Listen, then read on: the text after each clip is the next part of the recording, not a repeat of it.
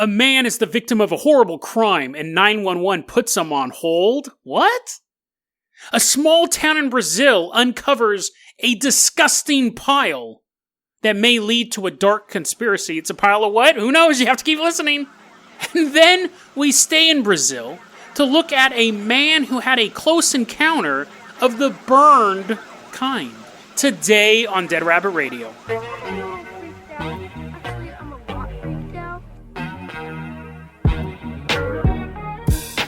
Hey everyone, welcome back to another episode of Dead Rabbit Radio. I'm your host, Jason Carpenter. I'm having a great day. I hope you guys are having a great day too. First off, it's weird, the past couple nights, I get this weird feeling in my bedroom. I'm like, I have to use the bathroom a lot because I'm old. When the older you get, the more you have to use the bathroom. Plus, I drink a lot.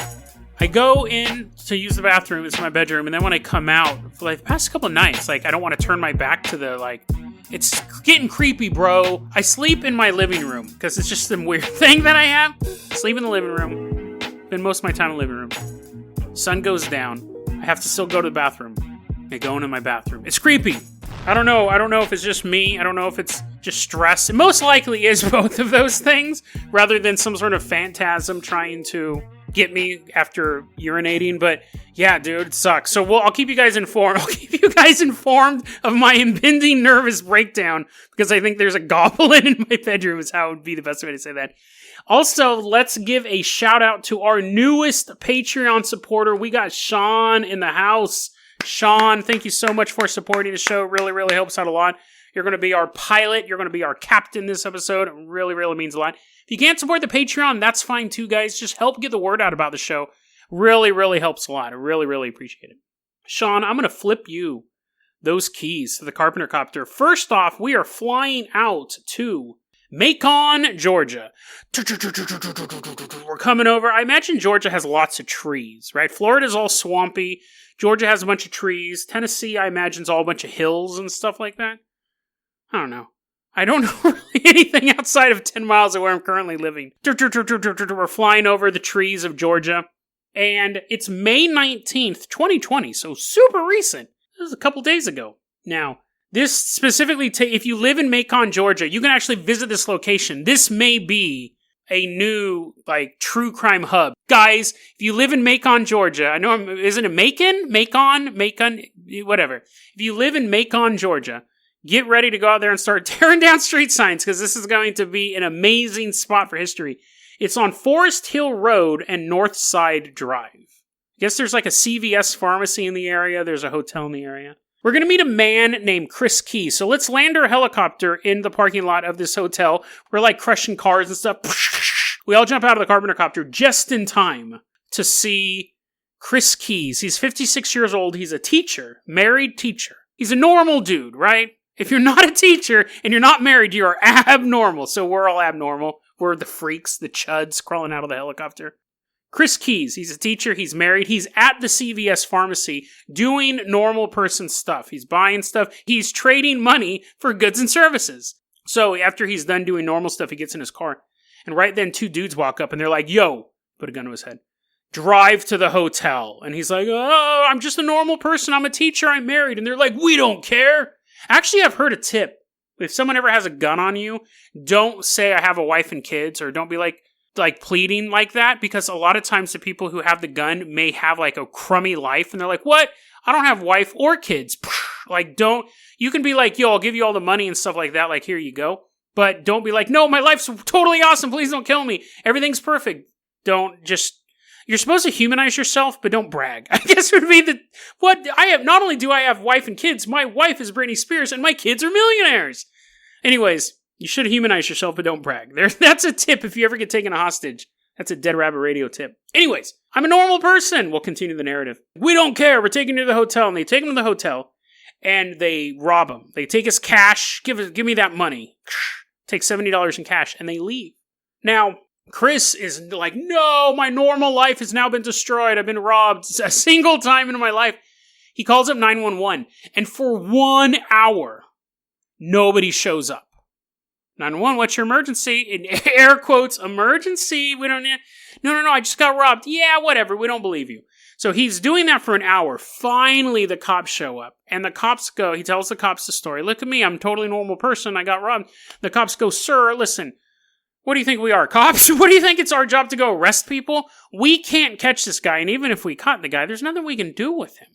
Or them, because there was two of them. There's nothing we can do. So we're not even going to look into this. Now, Chris is like, no, the system, even though I'm a married teacher, the system is stacked against me. No! Now, Chris tells that story. That story is all well and good. And I think the fact that I've referred to it as a story twice in 10 seconds should let you know what's happening. He tells his story, and it goes viral. Some woman, some friend of his, posts it on Facebook, that whole story, being like, you won't believe what happened to Chris Keys. I don't think she mentioned him, actually, but she goes, you won't believe what happened at the local CVS. And she says, I had a friend who was robbed at CVS a couple months ago, and this has happened again, and the police wouldn't show up, and when they finally showed up, they said they weren't even going to investigate it, and if they did investigate it, there's nothing you can do. When you guys go out in public, know who you're going with, make sure you know the surroundings, run a buddy system. That's all good advice, right?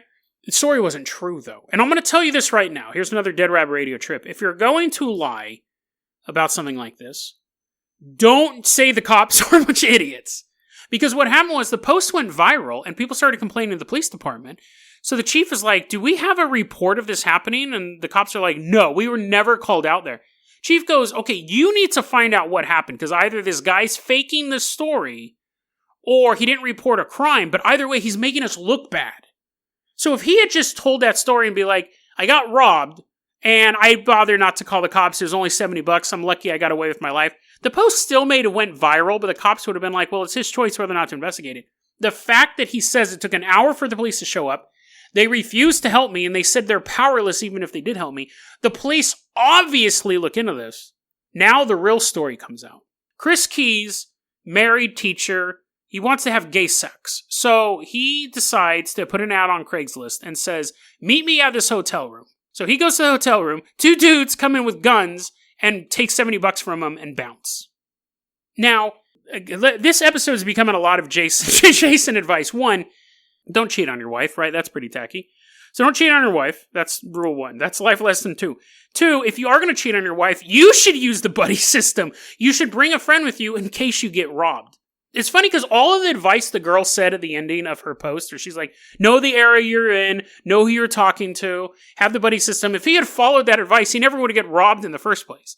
But anyways, he wants to cheat on his wife with another dude. He puts an ad on Craigslist. Dude shows up, robs him. He doesn't have the buddy system. The robber has a buddy system. The robber has another dude with him. They take his money and bounce. The easiest thing would have been to do is to not told anybody. Right? I've been a victim of a billion crimes that I've never reported because it's not even worth my time to report. Now, that actually made me sound like I'm like a big old wimp. But you know what I mean? Like, stuff happens. You get in a car accident. Yeah, whatever. I'm not going to call the cops. Stuff gets stolen. I've had tons of stuff stolen. I've never called the cops.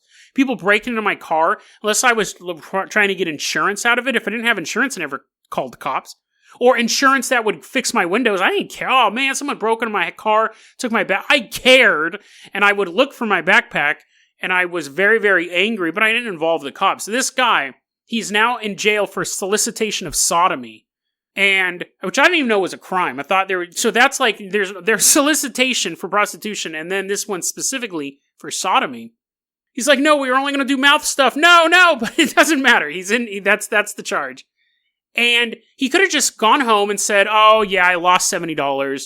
I tried playing the lotto and I lost, or I left my wallet somewhere. She's like, that's weird. You still have your wallet. He's like, oh, but I found my wallet and there was no cash. The fact that he made up the story that the police department of Macon, Georgia is completely incompetent. They don't know how to do their jobs. Ended up busting him in the end because it does turn out they do know how to do their jobs and they arrested you. Now, he did get robbed. So that part of the story is true. The woman who posted it was like, be careful, people are getting robbed in this area. Although now I'm thinking her friend who got robbed a couple months ago, he might have been at that hotel too. So who knows? Maybe it is an ongoing mystery. But that is now a true crime hub. If you live in Macon, Georgia, I want a photograph of that street corner. Send it to me, deadrabbitradio@gmail.com. Sean, I want you to fire back up that Carpenter copter. We are headed out to Brazil now. This is a story that was actually sent to me by Bennett. I got a huge email from Bennett the other day. He's always sending me gold. He sent me this big project that we'll be talking about coming up. Trying to figure out the best way to present it, but he's definitely done a lot of good stuff for the show. Really appreciate it. This is from Bennett. We're landing in São Lourenço, Brazil. So let's bring that helicopter nice and low, flying over the jungle. We're going to a bunch of different biomes today. We're landing on like a road, and we're hopping out. It's August 2015. Now, we're on this like dirt road. That's not racist. I saw a photo of it. It's dirt. I'm not saying all the roads in Brazil are dirty. There's like a dirt road, and there's a big carnival going on in town. Everyone's like, we can hear the music from super far away, right? And you wish we were at the festival, but I had Sean land the helicopter here. We're just in this field by this dusty road. And off to the side, we see like a big old pile of stuff. And I go, dude, I'll give you $5 if you run blindfolded and jump into that jump into it like it's a pile of leaves. And you're like, is it a pile of leaves? And my eyes go from side to side. I'm like, yeah, leaves, as in a verb. Someone left something, and you're like, that's kind of weird. But you do it anyways, because you want to have fun on this episode of Dead Rabbit Radio. So you run, and I'm in control of what you do. You run, and you jump into this big pile. Whippy! Now, what you have jumped into, with or without your permission, I made your body do this. 150. You're now neck deep in a pile of 150 cat and dog tails. Whoa, Jason, get me out of here. Get me out of here. And then I allow you to move out. My mental powers give you the ability to walk. You crawl out of these. Now, it's 150 tails of cats and dogs. These piles are found all over the area. Sometimes there's up to 300 tails in a single pile. Sometimes the piles are smaller. Total of 800 cat and dog tails are found on roads leading to São Lourenço. Now, there's photos of this stuff. I don't suggest looking at them, but there's photos of this stuff. This isn't some sort of urban legend. The first suggestion is someone must have been selling animal meat at the festival, and they just disposed of all the tails on their way to town to sell the meat. But here's the thing. I gave you an incorrect timeline in the beginning just because I wanted to do that little musical interlude. The tails were actually found after the fair. After the carnival is when the tails were found. So people go, wait a second, if people were dropping the tails off as they were coming to town with the meat, we would have found the tails as people were also coming to carnival. We didn't find them until days after the festival ended. So what happened? So then people go, well, maybe the animals were collected locally, still sold as meat. And as the people were leaving town counting their money, they were throwing tails out behind them. Hey, Benny, what do you want me to do with these tails? We're done with them, Artie. Just throw them around. Let São Lourenço deal with them. As their little cars driving away. But people go, that doesn't make sense either, because none of our animals are missing. They did a census. No one was reporting cats or dogs missing from the area. So now they're thinking, so wait, these aren't our cats and dogs. They must have come from another area, but why are they being dropped off on our roads? Two suggestions pop up. One is the commercial slaughter of animals, so they're still going down that route. The other one is black magic. Someone is sacrificing animals, they're dropping the tails off here for some reason. But again, they can't account for 800 tailless animals, or even 800 animals missing in the first place. They actually put a box in the middle of town, and they go, listen, we know one of you guys is killing cats and dogs. And it's okay. We're not going to do anything to you. We just want to know who it is. So we're going to put a box in the middle of town. There's a reward of $620. Anyone can drop a letter in there. No one has either admitted to it or ratted someone out. No one in town knows where these tails are coming from or why they're there. And that happened back in August of 2015, and there's been no update to this story. It's one of those weird, and thanks, Bennett, for sending us that. It's one of those weird stories that can be either or. It could be a financial motivation. Someone just has a bunch of junk laying around. They've sold all the meat, and they're just throwing the tails out of the cars they're driving away. The other one is someone is ritually sacrificing all of these animals, and leaving the tails is part of the ritual. But who knows? Nobody knows for sure where these animals came from, why someone's dumping them off, or what they're doing with the meat. But I'm sure that in other parts of Brazil, the mystery continues. There may be other villages along the road that they wake up, oh, I was having such a great day, and they look in the mirror. They don't look in the mirror yet, hold on. They're brushing their teeth, and then they look up, and standing behind them is I don't know. I don't know. A giant tail. That was going to be my joke. You look up, and there's a giant tail standing behind them in the mirror. Doesn't really work. They go, here's a better one. Here's a better one now that I'm trying out material on my show. There's another town. 5 weeks later, there's another town in Brazil. They haven't heard about what happened in this town yet. The carnival hasn't reached them. This guy goes to lay down in bed, and he's like, oh, good night, honey. I'm not going to look at you, and the light's off, and I'm going to crawl into bed. And then he's like snuggling up to her, and he goes, oh, you're more furry than normal. And you feel more detached and a little bit more bloody than you normally do.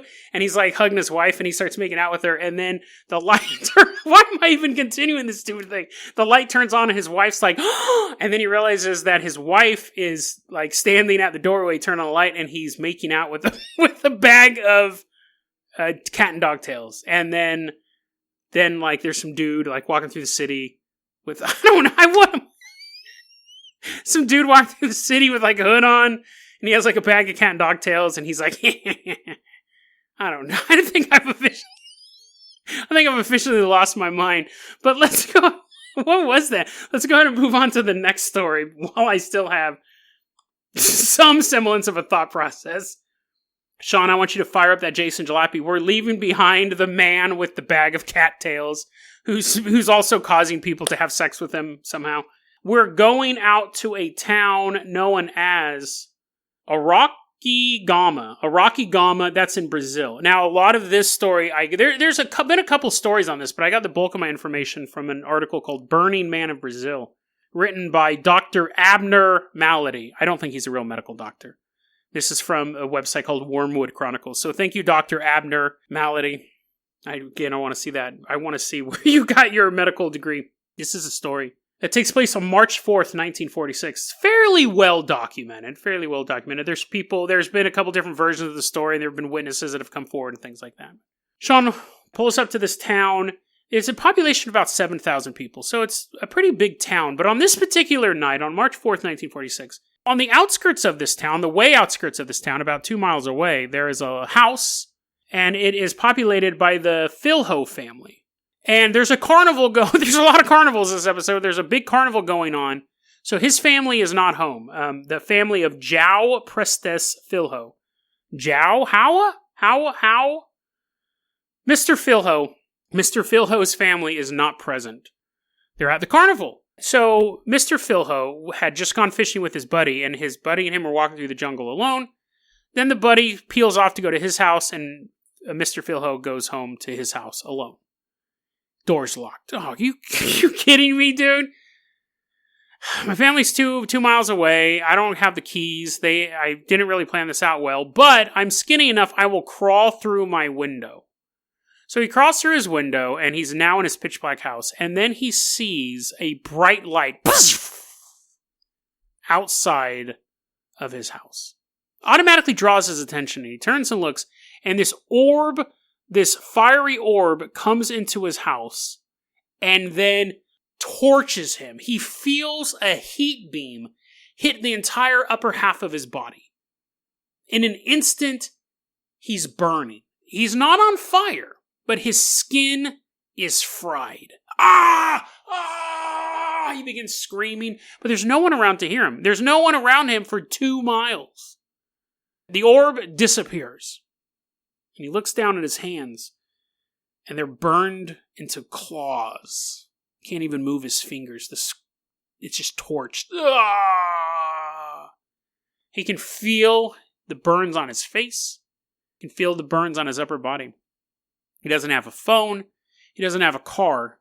He can't even put his shoes back on because his hands are all melted and stuff, right? No, I shouldn't have taken my shoes off immediately, he thinks. But then he also thinks, I'm burning!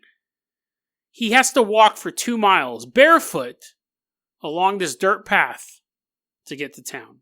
And you're like, Jason, the dude just got horribly burned. I don't think he's like, ouch, ooh, stepped on a rock, ow, ooh. But I hate stepping on rocks. So when I read that, I was like, ouch. It's funny because it's hard for us to be empathetic of pain. Like getting your arm chopped off with a chainsaw, that hasn't happened to me, so I'm not like, ooh. But watching someone get like a splinter or peel back a nail, that really, some of you guys had a reaction when I said that too. So we've all walked barefoot and stepped on rocks. I've never been torched by a whatever this thing was. We'll get into it for a second. Actually, we'll get into it right now. As he's walking these 2 miles, he believes he knows what got him. You see, in this area of Brazil, and it's actually all over Brazil, but there's a thing called a Boytate. A Boytate. It's a fire spirit. It's a malevolent fire spirit. And it's basically, a lot of times, it will attack you if you disrespect nature. Sometimes they'll just fly by in the sky. They won't really affect you. But other times, they're like, I'm messing this dude up. And they'll burn you. And when he was younger, he was once leading a donkey thing, like a donkey cart. It was a cart full of donkeys being pulled by another donkey. And he sees one of those Boytates. He sees this flaming ball of light streak down from the sky. And he said it came so close to him and the donkeys, he felt the heat radiating off the orb. So he had seen these things before. Now, near the town, there was the mine known as the Morro Velho. It was one of the deepest, it's still one of the deepest mines today, up until the year like 1918. It was the deepest mine in the world. Nowadays, it's about 9,800 feet deep. So a lot of people have died there. A lot of people have talked about it, like drilling into the earth, what spirits are being unleashed. So these Boytates would be seen in the area. Some people believed it was actually the ghosts of dead miners. But whatever they were, miners as in people mining, not dead kids, people would say, we see this phenomenon. And now this is 1946. This is before we even have mass UFO sightings in anywhere. You had World War II pilots talking about Foo Fighters, but we hadn't had the term flying saucer had not entered the consciousness, none of that stuff. So this even predates all of them. So they're immediately thinking of some sort of spirit. They see him in the air, but none had been attacked by one in this area until now. Now, Mr. Philho was thinking of that, and when he gets done with that chain of thought, he looks up and he sees town. He's like, oh, that was convenient. And he walks into town and he's like, I've been burned. And they take him to the hospital. And the doctors are looking at him and they go, yeah, you're right. You are like horribly, horribly burned. Now, there's a version of the story that seems to be the most popular version, that when he gets to the hospital, he's burned up and the doctors and the nurses are trying to treat him. And as they're treating him, they see his skin begin to dissolve. And then eventually begins to fall off, like soup out of a paper bag. It just seems to just drip off of him. And then they watch his muscle tissue get soft, then rot, and then begin to slip off like chicken at Kentucky Fried Chicken. And then he just has bones. He's just like a skeleton, chattering his teeth, playing his xylophone. He's just a skeleton there. They're actually watching this man rot in front of them. And he didn't seem to be in any pain. He's just sitting there and his tongue is melting and his skin's melting. His hair was perfectly fine. His clothes weren't burned, but eventually just melted away. And they declared him, on his death certificate, he died of cardiac arrest. So that's one version of it. But the way I ended that story, I was suspicious when I first read it. I go, wait a second. The doctors watched the man melt, and they go, but what really killed him was a heart attack and not like everything being exposed to the open air. A witness case. So that story's been going around for a long time. This story is a true story. But he didn't melt. Because a witness came forward later, a witness known as Virgilio Alves. He said he was here. He goes, he didn't melt. I was there. He didn't melt. He did show up at the hospital. He was severely burned. When we asked him what happened, he said a Boytate got him. He tells the exact same story. He broke into his house. This thing comes through the window that he had just previously broken through. Shoots him with this beam. He walks 2 miles. The only difference between the sensational account is how he died. The more grounded account was something did blast him, and doctors there said it looks like he'd been hit with some sort of radiation. 1946 was long enough after Hiroshima and Nagasaki that doctors were familiar with what radiation damage would look like. They go, it looks like he's been blasted with something. His clothes weren't burned, his hair wasn't burned, but he was horribly burned. He couldn't move his hands. He didn't seem like he was in any pain whatsoever, except he kept complaining that he stepped on a bunch of rocks. It would make sense because at that point, so many nerve endings are burned up. They classified him. If you look at the real death certificate, it's classified as cardiac arrest after receiving first and second degree burns. So, I mean, the dude was burned by something. The investigators, obviously, they're not thinking, oh, he was killed by a ghost. They went out to his house, and nothing in his house was burned. They said they noticed some chairs had been knocked over, window had been busted, but nothing was on fire. His clothes weren't on fire. And he died. He died that night. Now, It's one of those stories that you actually have a lot of different people looking into. UFOologists say it was UFO. Of course, right? A Bigfootologist would say it was Bigfoot with a flamethrower. But UFOologists have looked back and said that we believe because the radiation burns, it might have been an after thruster or an engine from a UFO blasting him. I mean, maybe the fact that it was flying around in his house, I mean, unless it was, that little Martian from Flintstones, I don't think I've really encountered a UFO that can fly through somebody's house. That's that small. But because it's labeled as like radioactive damage, the UFO community got all over this one. The people in the areas believe that it was a Boytate, that it was a spirit that for some reason was angered by him, chased him down. Another logical answer is ball lightning. And a lot of people have said it could have just been, it's classified as ball lightning. Ball lightning is seen in Brazil. Could have came through and shocked him, burned him horribly. The pushback on that is that usually people who die of ball lightning, they die immediately. I guess I should explain what ball lightning is. My great-grandma saw ball lightning. Ball lightning is one of those phenomenon that's so rare that for the longest time people didn't believe it. When my grandma was younger, my great-grandma, she was born in 1906. She's passed away now. She lived to be like 93. She said when she was younger, she was sitting in her house and a ball of lightning just came in through a window and just moved through the house and then hit a door and like went out the door. Oh, my stars and garters! No one would believe that story. No one believed stories like that for the longest time because it was so rare. But it's literally a ball of lightning that will just float around. Don't get near it. It's not cuddly. It's just because it's a ball doesn't mean you can go dribble it. It will blast you. But normally, it's like people don't normally get struck by lightning. It's funny. Now I'm going to tell another story. My great uncle was once walking through a field with two tall boys. No, he's walking through a field with two buckets. And there were two pigs walking under each bucket. And he's walking through the field. And he's holding a bucket in each hand. And a bolt of lightning hit him, went through the buckets and killed both the pigs. And his hands were fused to the buckets. To this day, we still call him Bucket Hand. No, he's passed away too, and we never call him Bucket Hand. They did have to work on getting his hands open. I mean, like, they just froze onto the metal. I wonder, that'd be weird if my family, maybe my family has a lightning. Maybe I'm a descendant of Zeus, who knows? But, probably not. Probably not. I'm probably not descended from a fictional character. But you never know. But anyway, so, ball lightning will kill it. This is an interesting story because, one, it involves a dude getting fried by something completely unexplainable. If it is the ball, and they checked for because they were thinking, could it have been an industrial accident? One, his house had no electricity. There's no electricity in his house. They go, it's possible that he could have got electrocuted at the mine, that he was goofing off at the mine, got electrocuted and then walked 2 miles. But again, they're thinking, what would he have been doing there? Maybe he was meeting some people he met on Craigslist. That's how you construct a lie. They're like, dude, how'd you get electrocuted? He's like, I wasn't with 2 dudes in a hotel room, if that's what you're asking. He could have gotten electrocuted at the mine and then walked 2 miles. But again, they're thinking that type of electrical injury probably would have killed him.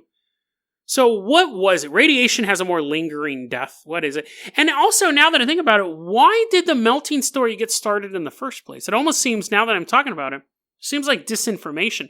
I mean, it could be the fact that somebody wanted to make the story extra gross, and then that's the version that gets passed on in all these other paranormal communities. He melted. But when you look back on it, it's probably not true. It could be that the melting story makes it easier to dismiss. That's fantastic. But the idea of someone getting radiated and then walking and slowly dying, that's more believable. So you would start the faker version of the story as disinformation. When I was reading the story, I had a theory, my personal theory, and some of you guys may have picked up on this too. We've covered stories in Brazil specifically before. It was Operation Plate, where the U.S. government may or may not have been using alien or technology that looked like alien to do experiments on people in Brazil. Operation Plate. And the Brazilian military got involved and the U.S. military stepped in and all the investigations were ended. I think that was like episode 80 or something like that. That's a really interesting episode if you guys want to hear that, Operation Plate. But I thought, secret weapon. I thought someone's testing something out in Brazil. They saw a guy walking around and they're like, light him up. And all he would see is that bright light coming at him. That, to me, is the most reasonable answer. The ball lightning, you figure it would kill him. Could be a spirit coming out of the mind because we exist in the world of the paranormal. Whether or not it's real, we definitely entertain those thoughts. Probably wasn't an industrial accident because there would be no reason for him to cover that up. But my scenario, or it could be a UFO again, but the fact that it's in the house. My scenario was that there were people in the vicinity that wanted to test out one of their new toys. And they saw a guy all by himself in the middle of nowhere. No one was around. His house was there, but there was nothing else within 2 miles. And someone, U.S. government or some other government agency or some sort of black book, private organization, whatever, out in Brazil with a brand new toy, sees a man in the middle of nowhere, shoots him. He turns around and he just sees a bright light. And then next thing you know, his upper body is completely burned. To me, that's the most realistic scenario. To me, that's the most terrifying scenario. Because ghosts and goblins coming out of a mine, or UFOs that are just passing from our Earth to the next solar system. Yeah, I mean, they're scary in a metaphysical sense, but the idea that humans test weapons on other humans, to me, is far scarier and proven time and time again.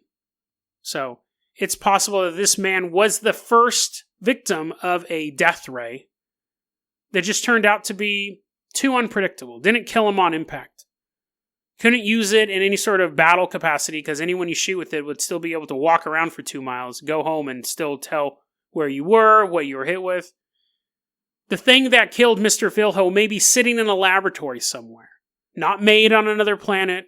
Not from the veil beyond our dimension. Not a rumbling spirit from a deep, dark mine. But from the mind of a human, invented specifically to injure, to kill another human. An invention that is sitting on a shelf somewhere, just waiting for the right opportunity to be used again. DeadRabbitRadio@gmail.com is going to be your email address. You can also hit us up at Facebook.com/DeadRabbitRadio. Twitter is @DeadRabbitRadio. Dead Rabbit Radio is the daily paranormal conspiracy and true crime podcast. You don't have to listen to it every day, but I'm glad you listened to it today. Have a great one, guys.